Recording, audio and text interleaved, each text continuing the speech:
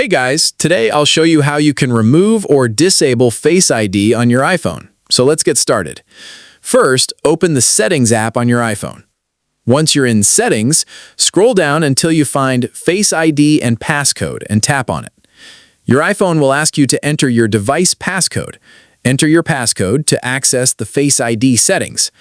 If you don't see the Face ID and Passcode option, there may be restrictions enabled on your device. In that case, go to Screen Time and check Content and Privacy Restrictions.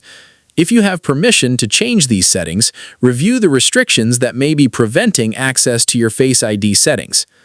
Once you're inside Face ID and Passcode, you'll have a couple of different options depending on what you want to do.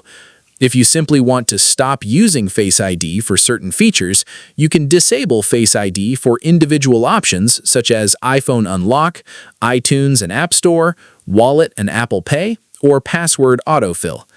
This keeps your existing Face ID set up on the iPhone, but prevents Face ID from being used for the features you've disabled. If you want to completely remove the saved Face ID data, scroll down and look for Reset Face ID. Tap Reset Face ID, then confirm your choice.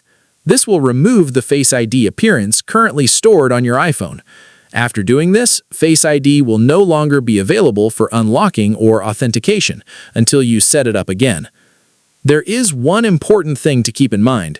If stolen device protection is enabled, Apple may require additional security verification or a security delay before certain Face ID and security settings can be changed. Also, if the iPhone is managed by a parent, school, workplace, or another administrator, you may not be able to change some of these settings without the required permission. So, if you only want to stop using Face ID temporarily, disable it for the specific features you don't want.